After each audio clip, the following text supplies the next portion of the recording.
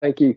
Okay, so welcome everybody to this Digital Trust and Security seminars. So my name is Nick Lord. I'm a professor of criminology in the School of Social Sciences at the University of Manchester, and I'm also the director of the Centre for Digital Trust and Society. And each academic year, we run a series of seminars as part of our Digital Trust and Security theme, but also as part of the centre, where we have speakers talking about a variety of issues related to digital trust, digital security, cybercrime, and the like. So anything related to digital context, in other words. So these seminars take place once per month. So we hope that you're able to join us for future seminars as well. And during each presentation, there'll also be plenty of opportunity to have a question and answer and an engaging discussion after the sessions. So the sessions are essentially designed to provide insights into key developments, challenges, and opportunities that relate to trust and security in these digital contexts. And I should also say that the seminars are facilitated by our Digital Futures platform within the University of Manchester. And generally, each seminar is hosted by one of our 6 cluster leads. And today that is Dr. David Boole-Gill, who's the cluster lead for our Digital Technologies and Crime Research Cluster. So in a moment, I'll pass over to David to introduce our speaker for today and talk you through the format and the structure for today's event. So without further ado, David, I'll pass over to you and look forward to the seminar with Steve. Thanks a lot, Nick. I don't know if you can all hear me.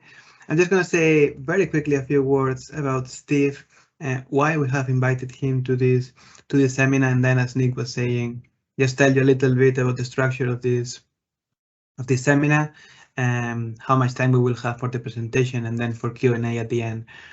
But just let me introduce you to Steve. I'm sure some of you will already know him. He has published a lot, like really a lot, around cybercrime and longitudinal data analysis and life course criminology. More generally, Steve right now is a senior researcher at the Netherlands Institute for the Study of Crime and Law Enforcement. Criminologists often refer to this institute as the NSCR. It's a global reference in the study of crime and crime prevention. It's based in Netherlands, but it has worldwide influence. Steve has been based in this institute since 2014, if I'm not mistaken, but beforehand he did his PhD at VU University of Amsterdam, and beforehand he was also based at Radboud University, also in the Netherlands. Steve holds several chair positions in different national and international organizations. He is currently the co-chair of the Division of Biosocial Criminology at the Dutch Society of Criminology and co-chair of the Working Group on Intergenerational Criminology at the European Society of Criminology. I'm going to just mention some of his research focuses or his research topics that will sound interesting for many of you, and I include myself in that group of people. And this group of research topics include intergenerational transmission of criminal behavior, family influences on criminal behavior, genetic influences of criminal behavior, biosocial criminology, quantitative research methods, and criminal careers over the life course. More importantly for our seminars, he combined all this long tradition of research within criminology with cybercrime. He applies all these frameworks, all these theories, all these well-developed theoretical frameworks to understand cybercrime victimization, offending, and also reporting. He's then bridging some very important gaps between life course criminology that many of us are familiar with. Is a long-standing field within criminology and cybercrime. So he's doing what many of us should have done many years ago, but he was one of the first ones to start this field of research. So in many regards, I would say that he's doing what many of us wish we would be doing at this moment, but he did it way earlier in time. Steve has published in many of the best journals in criminology and the human factor of cybersecurity, and we're very, very happy to be here, to have you here today, and to learn from from you, and hopefully build on your publications and research in the future. So we will have around 40 minutes for the presentation, if that's okay. And then all of you will be welcome to ask questions. You can either use the chat or raise your hand at the end using the reactions button and activate your cameras and ask the question with your own voice.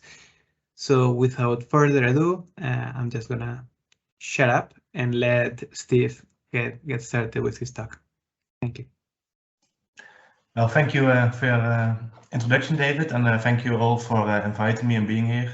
I'm happy to present a little bit about my studies on the life course and criminal careers of cybercrime offenders. I think you can all see my screen by now. If not, please let me know. Yeah, we can. Okay, great. Well, David already told a lot about myself. Like you said, I'm currently working at NSCR, but I started my academic research career at the University when I did my PhD about intergenerational transmission of violent offending. And also the years after that, I did a lot of research in the field of life course criminology, focusing on risk factors for criminal behavior, criminal careers, longitudinal patterns of offending, and also consequences of, for example, imprisonment for both offenders as to family members.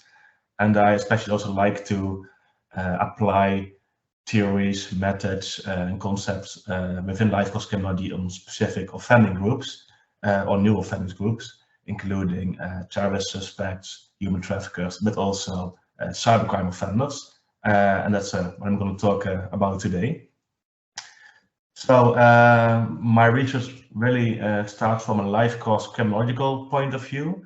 So I do not know much about the technical side of cybercrime, but at NSCR we really focus on what we call the human factor of cybercrime.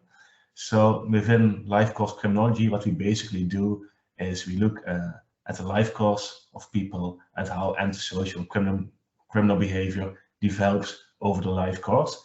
And in each phase of the life course, there could be different risk factors. For example, in young childhood, having a criminal parent or parental divorce or child maltreatment could be risk factors. While in delinquency, this could be delinquent peers, and then young adulthood, getting a romantic partner, getting employed could stop people from offending. There's a lot of research done on this topic the last century. There are very nice longitudinal data sets which enable us to study criminal behavior over the whole life course, study the risk factors, the consequences, the causes of traditional crime. Unfortunately, not that much is known yet about the life course of cyber criminals. While cybercrime has been around for quite some time already, the cybercrime rates are maybe almost as high as of traditional crime, perhaps even higher.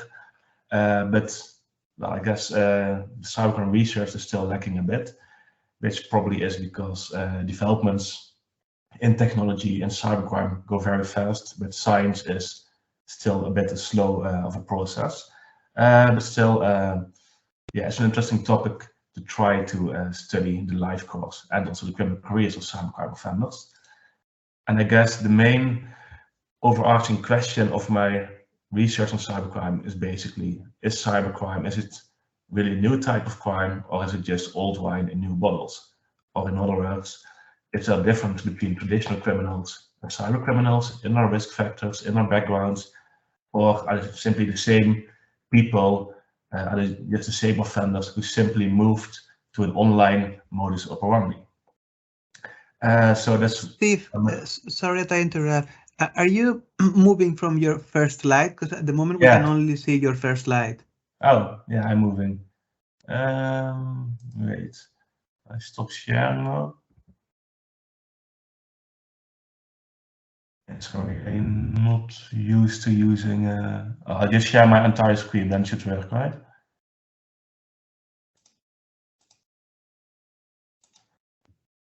Yeah. Yes, you moving now? Yeah, now we can see the old wine in new bottles. Yeah. Oh, you made so much great animations. But yeah, so that's basically where my research focuses on. And today I'll present shortly about 4 studies I've been working on. 2 are about risk factors for online criminal behavior. First one is about the delinquency of family members of cybercriminals. The next one about the intellectual capabilities of cybercriminals. Then I'll discuss the longitudinal patterns of cybercrime offenders.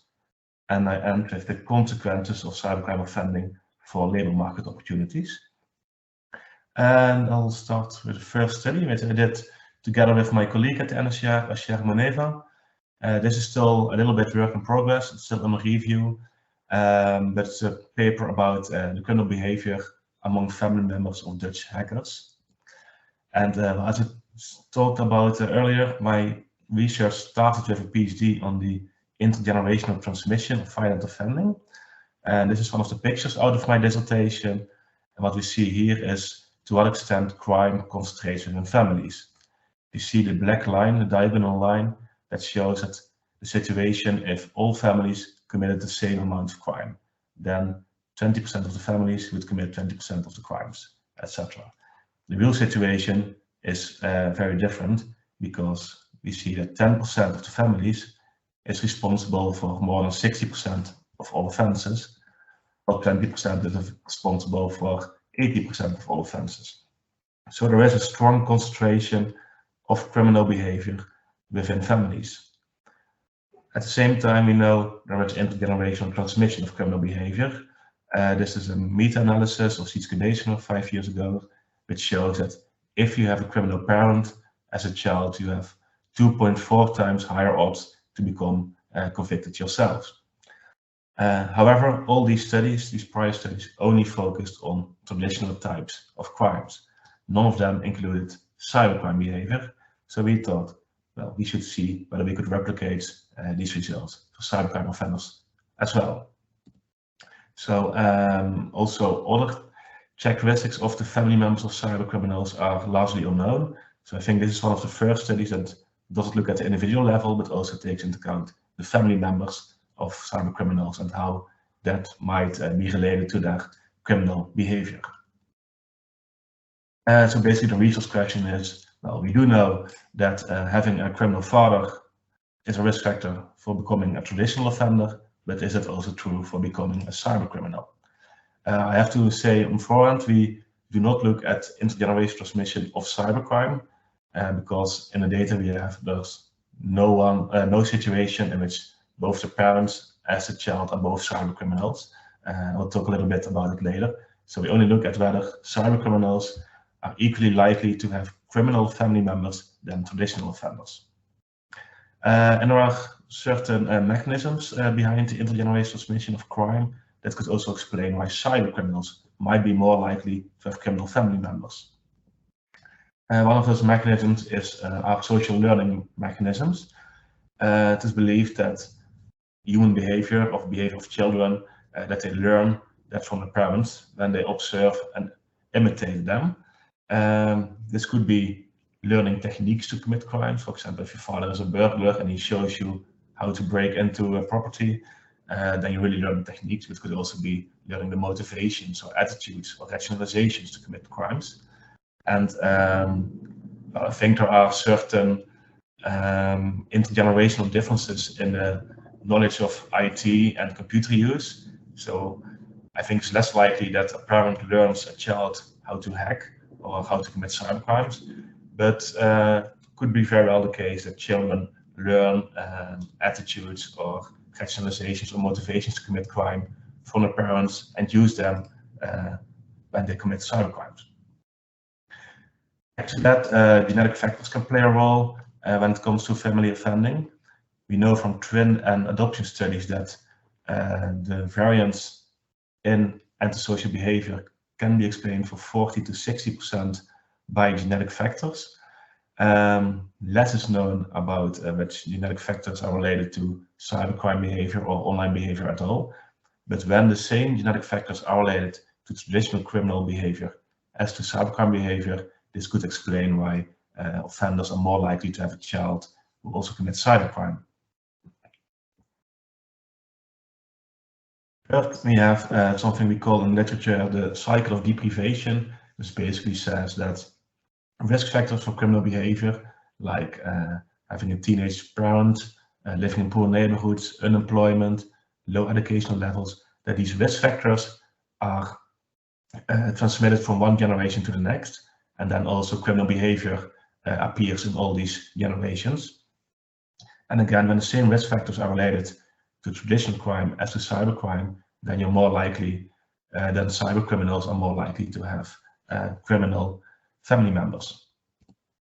And the fourth mechanism that's often distinguished within the literature of intergenerational transmission of crime is what we call the official bias to known criminal families. The idea behind this mechanism is that if your parents or your family commit a lot of crimes, law enforcement bodies like police are more likely to monitor this family more intensively. And when that happens, a child in such a family is more likely to get caught for their crimes, while people from more pro-social families, children can commit crimes and those will never be detected. So then basically says that the intergenerational transmission of crime is overestimated when you only look at official registrations. I'm not sure whether this also applies when you look at cybercrime, because if the police monitors traditional criminal families, they might not be looking at the online behavior as well. So this might not apply that much in this situation. So to study, we use data of Statistics Netherlands, which is all official register data, which could be linked to an anonymized ID number from different sources. And it also includes all prosecution data from 2001 onwards. And we use data from 2001 to 2018 in this study. And one of the articles in the Dutch penal law is about computer trespassing, which is basically hacking.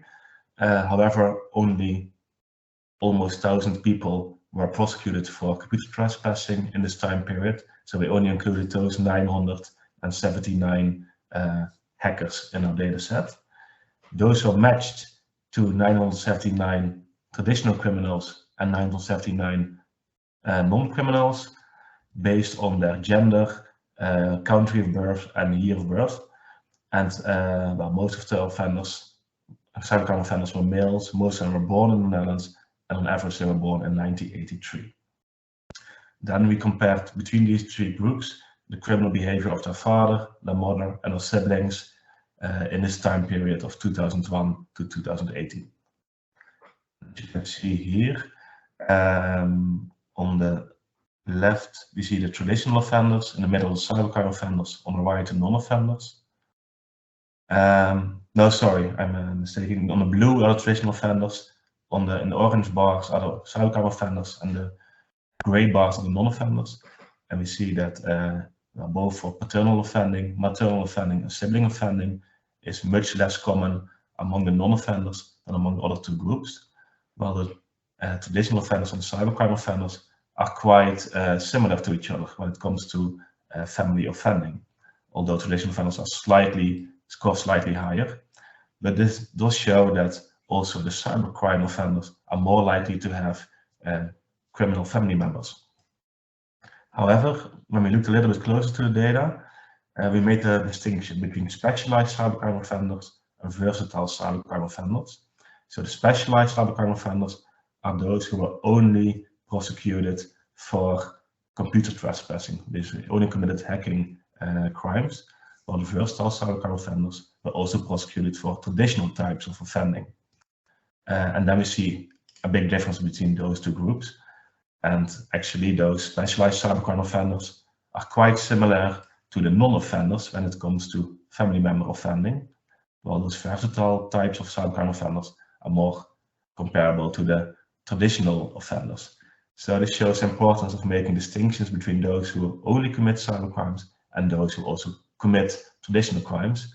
And maybe it's not that surprising that those who also commit traditional crimes are very likely to those traditional offenders.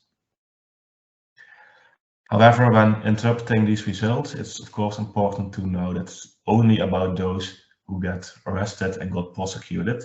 Of course, there are a lot of cybercrime offenders who never get arrested, who never get prosecuted, and those are not in the data. So possibly these are very different from the group that I just described here. And we only look at computer trespassing, while there's of course much more heterogeneity within the group of cyber criminals. There might be differences between those who commit hacking incidents compared to those who are engaged in online intimidation or online fraud or child pornography. So there might be important differences within the group of cybercrime offenders, but these could not be distinguished within this data because it's official data, and only computer trespassing could be filtered out. All the other cybercrimes are within a penal code that includes both traditional types and online types of that offense. So that's not possible with official data. It would be good to replicate these results with self-reported data, so that you can distinguish between different types of cybercriminals. So that was one risk factor for cybercriminal offending. Second one is a study I did about the intellectual capabilities of cybercriminals, and again compared to traditional criminals and non-criminals. The study I did with my former colleague Jim Schicks and Rutger Leukveld, who's also working at the NSCR. And basically this study, the main idea is that when people think about cybercrime offenders, they have this stereotypical image of a nerdy person who's really smart, who perhaps lives in the basement of their parents with a lot of computers, and he's programming all day. We just think that might not be the case at all. So we want to see whether they really do have such high IQs, that much intellectual capabilities compared to, for example, traditional offenders, which have been shown in previous research to have lower educational levels, more dropouts, lower IQs. So for that goal, we again use data of Statistics Netherlands. This time it's a much smaller group. We only have 143 people because we have to focus on a young subsample of all of those who are prosecuted. So the average age is now 1997, but they are again matched on gender, year of birth, and country of birth. And we have to focus on this young group because we used CITO scores as an indication of intellectual capabilities. CITO scores come from a CITO test, which we have in the Netherlands, which is mandatory in the last year of primary school, and it kind of determines what level of secondary school fits you best. So it's usually taken around age 12, and data are only available for a number of years within the data of Statistics Netherlands, so we could only select the younger group of cybercrime offenders within the data set. The test lasts for, I think, 3 days. So those kids are making assignments, and finally they'll get a score between 500, which is the lowest score, and 550, which is the highest score. And you can also distinguish between different types of questions about language, mathematics, and information processing. And when we compare those 3 groups, when we look at the CITO score, we see that the traditional offenders have the lowest average score with 528, and the non-offenders had the highest scores with 536, while the cybercriminals were in between with 531. So these results are in line with the idea that cybercriminals are more intelligent than the traditional offenders, because CITO scores are highly correlated with IQ scores at age 8, 12, and 16. So it's a good indication of IQ scores. But maybe surprisingly, they score quite a bit lower than the non-offenders. So that might be a bit against expectations. And only when we look at the percentile ranks of the language, mathematics, and information processing parts, we see that that the cybercriminals always score in between the scores of traditional offenders and the non-offenders. And I think basically all those results differences were significant. But again, when interpreting these results, still keep in mind those are only those who get caught. And we know from results of studies on traditional offenders that those who have a high IQ are less likely to get arrested and to get prosecuted. This is a picture I got from a study of Bocchio et al. And it shows that the green line under the last one, that's for the high IQ people, and show that the number of self-reported crimes of traditional offenses is related to the probability of arrest, but it's much lower for those with a high IQ than for those with a low or average IQ. And I can imagine that this difference is even higher when it comes to cybercrime, where the really smart cyber criminals might be more capable to keep it on the radar, to hide their traces and to not get arrested. And yeah, it's also computer trespassing is a relatively broad term. Hacking could be a really high-tech crime where you indeed need high-tech skills and high intellectual capabilities, but it could also simply be someone who knows the password of his ex-girlfriend and does and hack her that way. Then you don't need any capabilities of or important skills. So it might be a very heterogeneous group, this group of hackers that got prosecuted. It could also might explain why the IQ scores are lower than in the average population. So I'm a bit cautious with saying, oh, hackers are not that smart at all, because I think many of them are never arrested, and only those, maybe only those who use very low skill methods of hacking might be in the data. We don't know exactly anything about the modus operandi they use, so that's a bit of a caution when interpreting the results of this study. So that was about the risk factors of criminal behavior that I recently studied. And I'll continue with a study which I did together with Rutger Leekveld again from the NSCR and Thomas Holt from Michigan State University. And this is about the longitudinal patterns of cybercrime offending. And within life course criminology, one of the most replicated findings is the age crime curve. I think many of you know them. Crime increases during adolescence, peaks around age 20 in early adulthood, and then gradually declines again. However, this might not be the pattern for everyone, and typological theories like Terry Moffat's dual taxonomy says, well, there are two different groups. One small group of life course persistent offenders and a bigger group of adolescence limited offenders. And when we combine that criminal behavior, like in this picture, then you get the age crime curve, but you can distinguish different group of criminals. Now, in reality, the picture is much more complicated. This is a picture of Dutch data of Van der Geest et al. And indeed, we see at the bottom that a group of adolescent limited offenders exist, which is about 34% of all offenders in the data.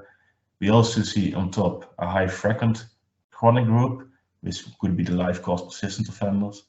They constitute 7% of the sample, but there's also a lot of different types of offending going on in between different offending patterns. So it's a bit more complicated than what Terry Moffat suggested, but still, I think all studies that used trajectory analysis to test this model of Moffat are all focused on traditional offenders, and we know relatively little about the longitudinal patterns of cybercrime offending. So that's why we wanted to test this among hackers. This time we don't use official data, but we use self-reported data.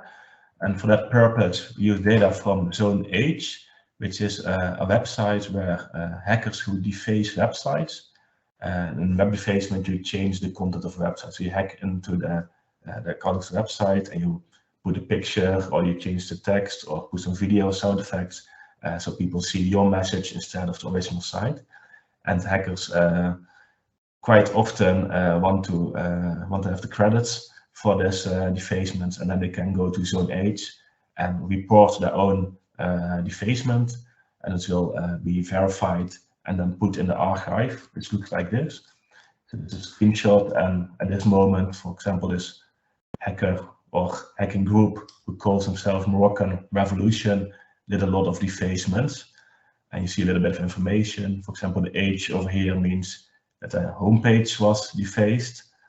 The M means that the mass defacement was used, so a lot of pages were attacked at the same moment. The R indicates that it's a redefacement, which basically means that the site has been defaced before. And the location shows the country of the IP address of the website. So the Moroccan Revolution hacker attacked a lot of Australian websites to be seen. And if you click on mirror over here, you can see how the defacement looks like. This is just one example of how it looked in this case. So we got all the data from that archive between January 2010 and March 2017. So more than 7 years of data, which included 2.7 million attacks. And we count as an attack, like the number of websites that got defaced might be much higher, because when you do a mass defacement, you can attack hundreds of websites at the same moment, but we count it as one attack. And those 2.7 million attacks were done by 66,500 hackers, and they were identified by the hacker handle like Moroccan Revolution or Hexel's Wolf or Phantom Ghost, which the reporters report themselves.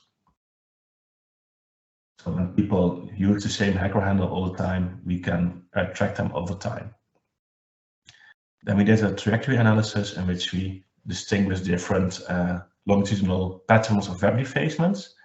And as you can see here, we found basically 6 different patterns. And we always start with the first moment someone defaced a website. We look at how many defacements they did in the 3 months after that, 3 months after that, and then we followed them for 4 years. So we know the pattern for 16 quarters or 4 years in total.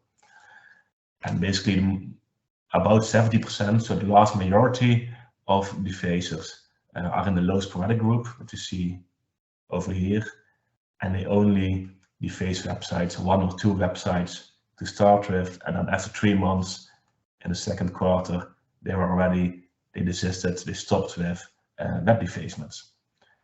It's also a high sporadic group of 8% of the defacers. They started with a lot of defacements, more than 8 on average. Then 3 months later, they also did perhaps max one defacement, and after half a year, they already stopped with defacing websites. Then we have 2 groups, the low declining over here, and in blue, the high declining groups.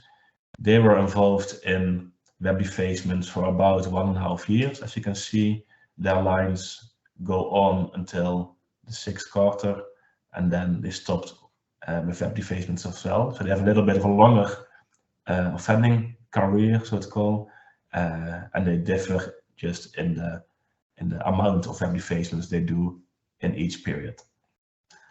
And then probably most interesting are the high chronic group over here. It's only 2.9% of them, but they keep defacing websites over the course of 4 years and probably longer at a high rate. And also the low chronic group in orange over here, who had a very long pattern.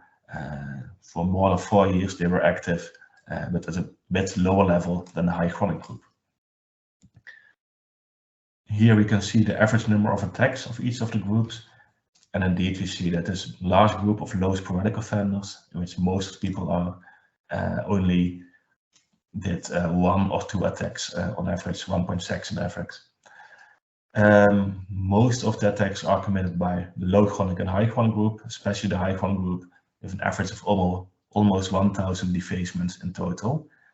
And if you calculate the share of each group, then you can see that those 2.9% of high chronic defacers is responsible for 68.5% of all attacks. So they really do a lot of defacements all over the world, while the majority of those hackers only do 1 or 2 defacements. This is a very high concentration of defacements within groups. If you compare this with the high chronic groups in traditional offending, you don't see that high shares of all crimes. So this is much more concentrated within a single high frequent offender than in traditional crime. Also looked at differences between these 6 groups in the motivation to deface websites, the targets they select, or the hacking methods. Well, we have a very large sample, so that means you also very easily find significant results. But if you look at the percentages, it's not that different between all the groups. I think it's very, very similar across groups. Interesting to see maybe is that the most common motivation is just they think it's fun. and things like patriotism or political reasons, they are not that common. Maybe one striking result is that the high chronic group quite often says they do it to be the best, but even in this group, the most common motivation is just for fun. And I guess that also makes sense, because if it's not fun, why would you continue with it for such a long period? One other difference might be that the high chronic group less often defaces home pages compared to the other groups. So they more often deface a secondary page, and maybe that's why they can continue with defacing websites longer, because it's less visible and they may keep themselves under the radar in this way. But still, the majority of them also defaces home pages. So the differences are not that big. There are some limitations about this study. Well, one important limitation, I think, is that well, this data are great. You have data of 7 years, self-reported data, some information about target selection, but we do not know anything about the defacers themselves or the defacement groups. It could also be a group of people. And what we especially would want to know is how old are they. Then you could compare it with traditional trajectory analysis, which shows developments over time. Now I don't know whether it is someone who is 70-year-old or 7-year-old. So you can't really distinguish the adolescents limited offenders that Tori Moffat talked about, because we simply do not know the age. So again, it would be very good to have longitudinal data with self-reported data, with information about these cybercriminals. Another potential problem with these data is that people can change their hacker handle over time. If I deface 5 websites and I use 5 different names every time, I end up as 5 hackers in my data set. And therefore, that group of low sporadic defacers, which have only 1 or 2 defacements, could consist for a part out of one person who still every time uses a different hacker handle. So that's quite problematic for these analyses, but well, there's no real way to deal with it, because we simply do not know when people use other usernames. When there's a spelling mistake or typo in the name, we have corrected for that when it was really clear, but otherwise we simply can't know. So that's a true real limitation. And we do not know based on the name if it's one person or a group. If it's a group, you can more easily do a lot of defacements over time, over a longer period of time. So there's a group of high chronic defacers might actually be more likely to be groups of defacers rather than individuals. And finally, again, someone might start with one defacement, but then continue with other types of cybercrimes. Maybe they go do DDoS attacks or send phishing mails or other types of cybercrimes. We don't know. We only know about web defacements, not about other hacks, other cybercrimes. So they might have very lengthy online criminal careers, but we can't see them because you only see the web defacements. So it would be good, again, to have self-reported data about all types of cybercrime over time, so that we can see that as well. But well, that's going to take a lot of time, money, and effort to collect such data. But hopefully, we as a cybercrime community someday will get there. Then finally, my final study that I want to present is about the employment opportunities for people with a cybercrime record, for which we did a field experiment. And this I did together with Anoushka Pele, Chantal van den Berg, and Rutger Leukveld, all from the NSCR. But all the credit should go to Anoushka. She was a bachelor student and she did this experiment. She did all the data collection and wrote the article, so it's really great of her. I'm just lucky that I can present it. So we know from traditional criminals that they struggle with getting a job when they have a criminal record, because it's a real, yeah, it doesn't help when you have to send in a resume and there's either a gap in your resume or you have to admit that you have a criminal record. For certain reasons, compared to non-criminals, they are less likely to get a certificate of conduct, which is in many countries necessary for certain types of jobs. For example, I work with confidential data. If I would have a criminal record, I probably wouldn't have this job. Moreover, having a criminal record could give a negative signal during job interviews or reading a letter, because people might think, oh, he's a criminal, so I attach inferior personal characteristics to that person, or I think he's less trustworthy, things like that. And criminals often have less human capital. They're likely to have lower educations, less experience on the labor market. So those are all reasons why criminals are less likely to have a job or to be less successful in the labor market than non-criminals. For cybercriminals, things might be a bit different. Again, a certificate of conduct could be problematic for certain jobs. It also depends on the type of job, which type of crime is problematic, but it's definitely problematic for them.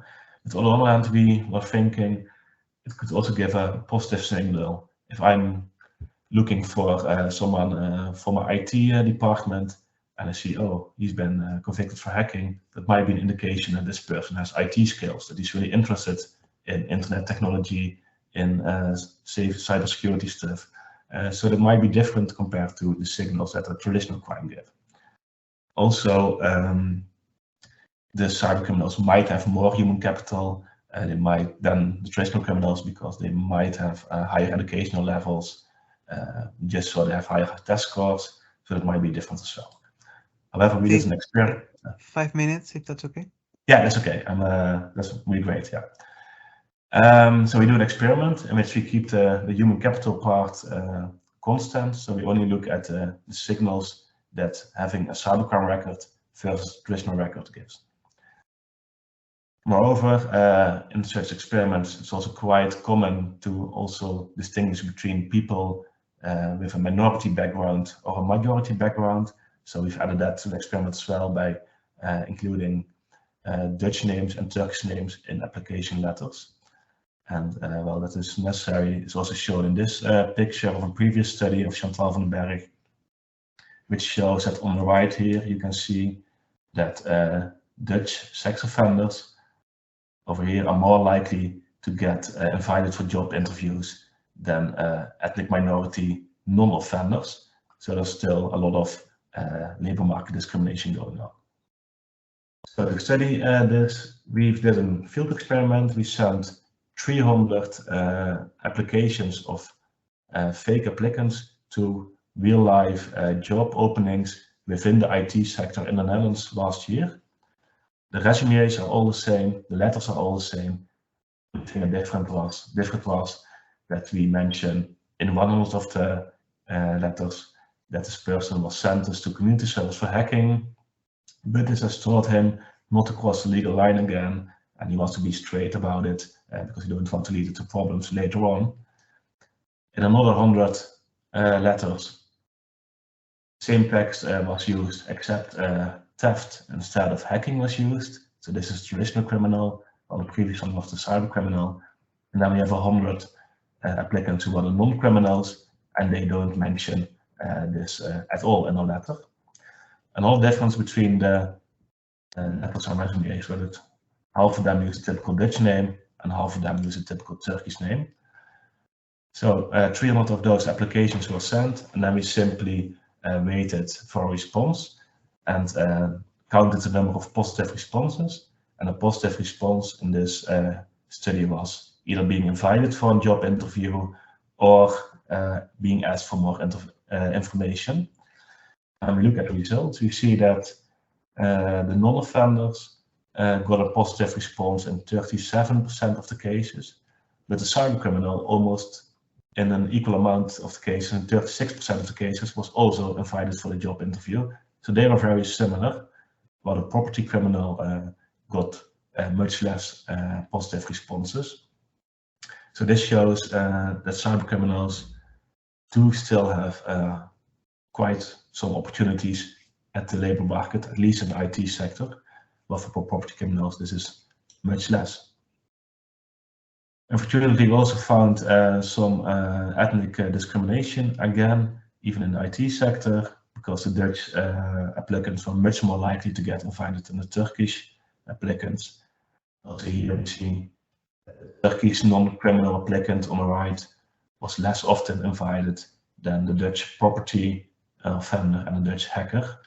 So this study in one way shows good news that people who've been convicted for cybercrime are still able to use their skills in a good way for just a common job. But on the other hand, also some bad news that there's still a lot of discrimination against ethnic minorities is going on in the Dutch labor market in 2021. To end, then we only looked at hackers, like in all the 4 studies I presented.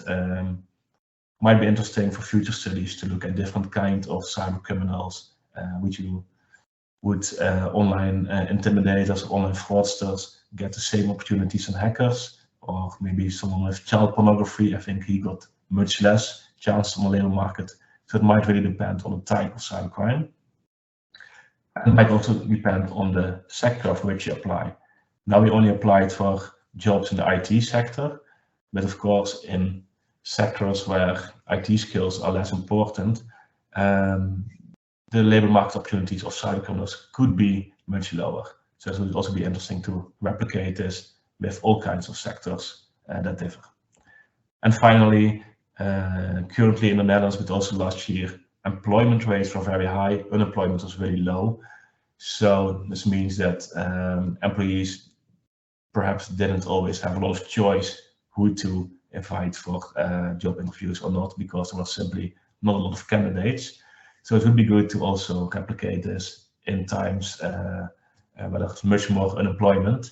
But well, that might take some time before that opportunity is there.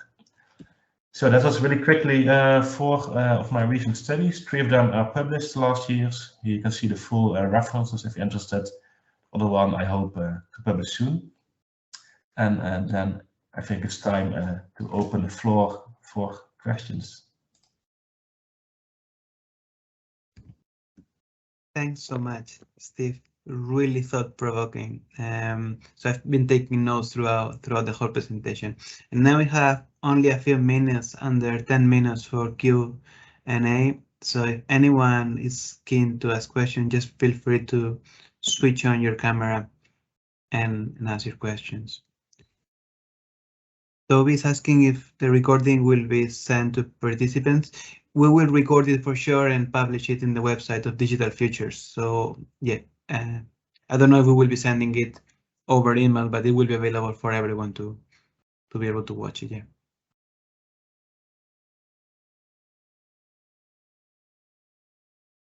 I have a few questions myself, but I'm gonna wait just a couple of minutes in case someone else is keen to ask some questions.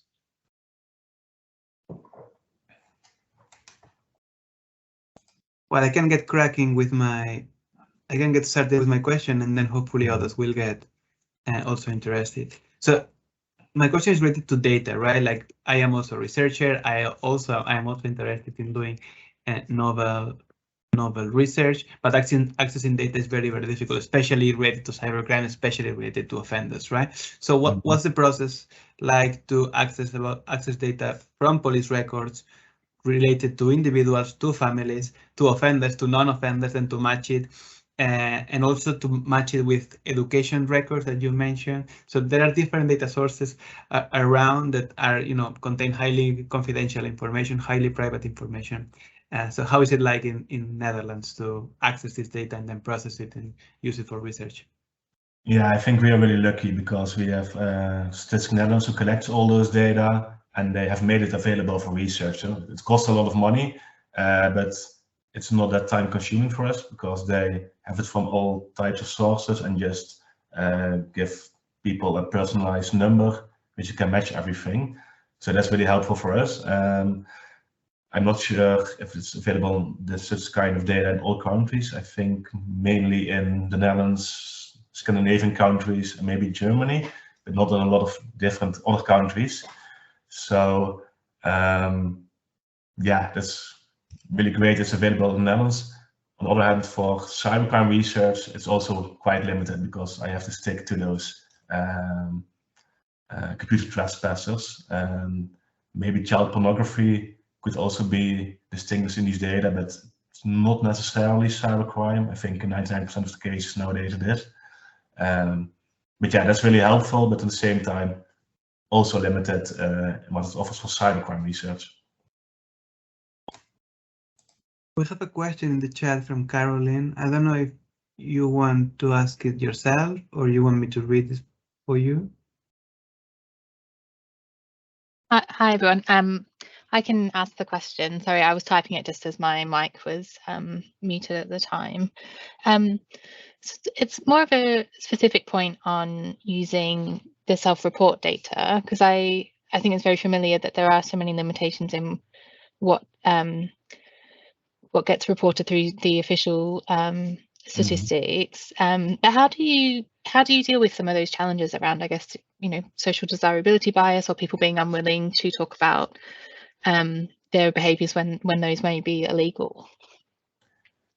Yeah, I must say, myself, I've not worked with a lot of self-reported data that I collected myself, but I know from colleagues that they struggle with it as well.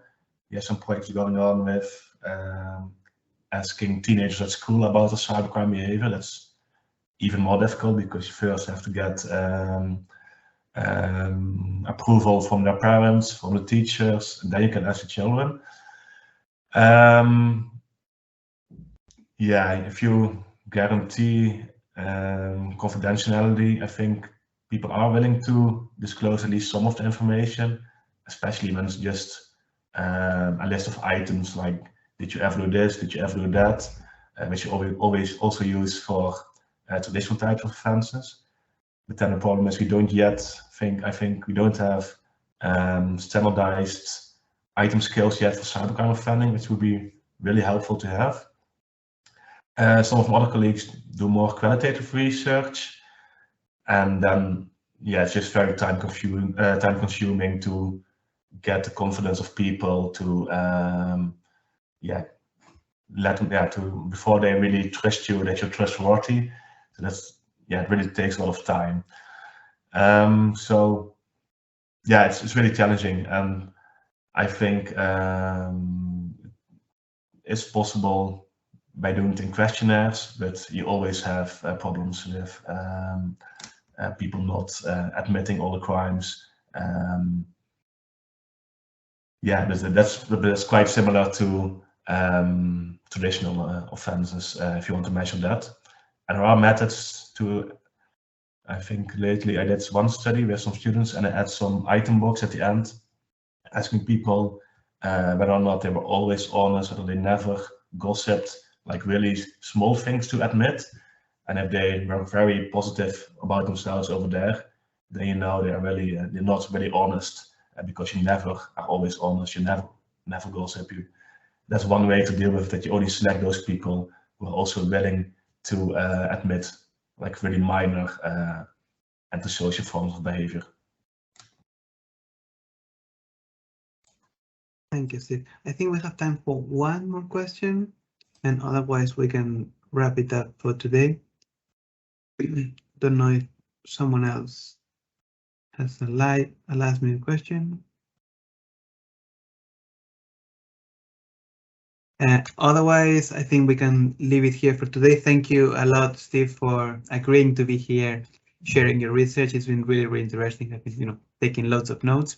I think our next presenter is going to be next month, Alice Hutchins, talking about whether we should trust a cybercriminal.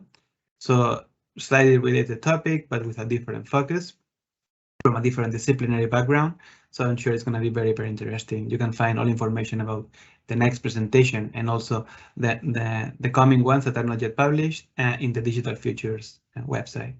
Thank you very much all for attending, and hope you enjoyed this presentation.